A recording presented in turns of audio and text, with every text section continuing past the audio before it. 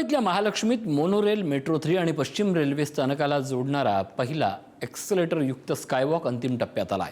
MMRDAच्या multimodal connectivity प्रकल्पाचं सुमारे 90% काम पूर्ण झालंय। मल्टीमोडल कनेक्टिव्हिटी प्रकल्प देशातला पहिलाच प्रकल्प असून लवकरच प्रवाशांच्या सेवेत येणार असं सांगितलं जातंय। घड्याळाच्या काट्यावर चालणारी मुंबई आणि त्या मुंबईकरांना नेहमीच पायपीट करावी लागते, मात्र आता हीच पायपीट वाचणार आहे।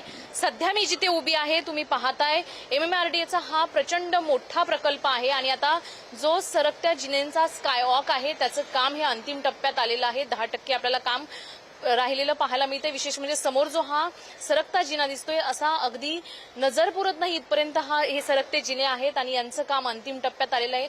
15 ऑगस्ट पर्यंत हे सरकते जिने जे आहेत ते मुंबईकरांच्या सेवेत येणार आहे। आपण जर पाहिलं तर महालक्ष्मी येथील मोनोरेल, मेट्रो 3 आणि पश्चिम रेल्वे स्थानकांना जोडणारा हा पहिला स्कायवॉक अंतिम टप्प्यात आलेला पाहायला मिळतोय। जर आपण पाहिलं तर 828 मीटर लांबीचा आणि 11 मीटर रुंदीचा हा मोठा पूल उभारला जाणार आहे। यामध्ये 15 मीटर लांबीचे ट्रॅव्हलरेटर्स बसवण्यात देखील आलेले आहेत। समोर जर पाहिलं तर पूर्ण जलद गतीने हे काम सुरू असल्याचं पाहायला मिळतंय आणि लवकरच मुंबईकरांच्या सेवेमध्ये हा जो स्कायवॉक आहे तो येणार आहे। 15 ऑगस्ट पर्यंत हा स्कायवॉक मुंबईकरांच्या सेवेत येणार असल्याची माहिती मिळते। त्यामुळे कुठेतरी आता मुंबईकरांना मोठ्या प्रमाणावर दिलासा मिळेल आणि जी मुंबईकरांची पायपीट आहे ती वाचणार असल्याचं पाहायला मिळेल।